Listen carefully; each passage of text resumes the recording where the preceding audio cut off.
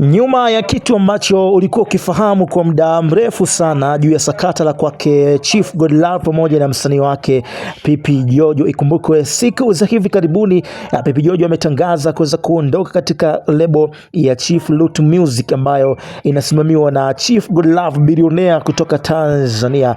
Sasa moja kati ya stories ambayo imesogezwa kwenye kiwanda cha Bongo Flava, ni moja kati ya story ambayo imeingia kwenye ulimwengu wa burudani, ni baada ya maswali mengi watu kuweza kujiuliza sababu zipi zimeweza kumpelekea Pipi Jojo kuweza kuondoka katika lebo ya Loot Music ya kwake Chief Godlove, na kipi ambacho kimekuwa sababu ya kuweza kuachana lebo hiyo, kwa sababu ameshafanya vitu vingi, ameshafanya vitu vizuri sana na ikaonekana ni moja kati ya wasichana ambao wanakuja vizuri kwenye game ya Bongo Flava na wakapokelewa kwa mikono miwili kinoma noma. Sasa ipi sababu ya Chief kuweza kuondoka na kuweza kumwacha? Of course Chief amejibu hii hoja ambayo imekuwa kiumiza watu kwenye mitandao, wakiwa wanataka kufahamu, je, ni sababu gani ambayo imeweza kumpelekea yeye kuweza kuachana na mwanadada ambaye anaitwa Pipi Jojo kutoka Tanzania. Bana, majibu ya Chief Godlove yako hivi. Hapo chini kuna neno subscribe, liguse sasa ituweze kuondoka kwa pamoja kuweza kufahamu taarifa zote ambazo zimehappen kibongo bongo kwenye engo ya kiburudani. Kisha ruhusu notification kwenye simu yako kuweza kuokota taarifa zote ambazo tunakuwa tunakuwekea kila siku, kila time, kila saa.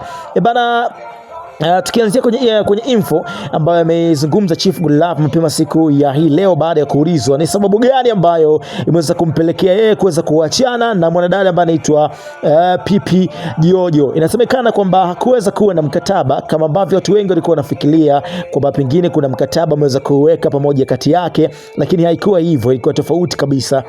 Harakati za kuweza kumpatia mkataba zilikuwa zikifanyika kwa namna moja au nyingine ili kuweza kumweka katika lebo hiyo, na Chief anadai kwamba ili kuweza kufanya naye kazi lazima mkataba wako una miaka 10, kitu ambacho Pipi Jojo alikuwa anashindwa kukubaliana nacho kwa haraka ili kuweza kukubaliana na mkataba huo. Sasa kitu hichi kimeleta gumzo kwenye mitandao ya kijamii kwa namna moja au nyingine, kwa sababu watu wamefikiria kwa nini Pipi Jojo ameamua kuto saini mkataba huo. Je, ulikuwa na mambo gani ambayo pengine hayakuwa sawa? No?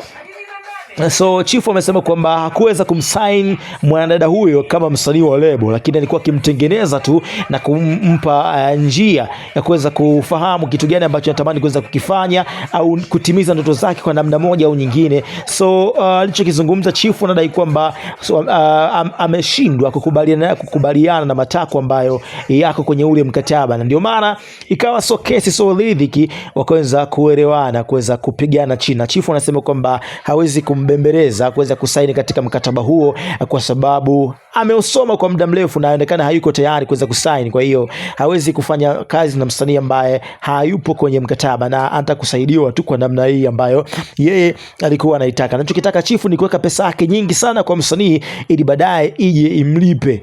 So amejibu hivyo Chief kupitia mitandao ya kijamii. Kwa wale ambao walikuwa wanafahamu, girl know kwamba ipo hivyo. Subscribe.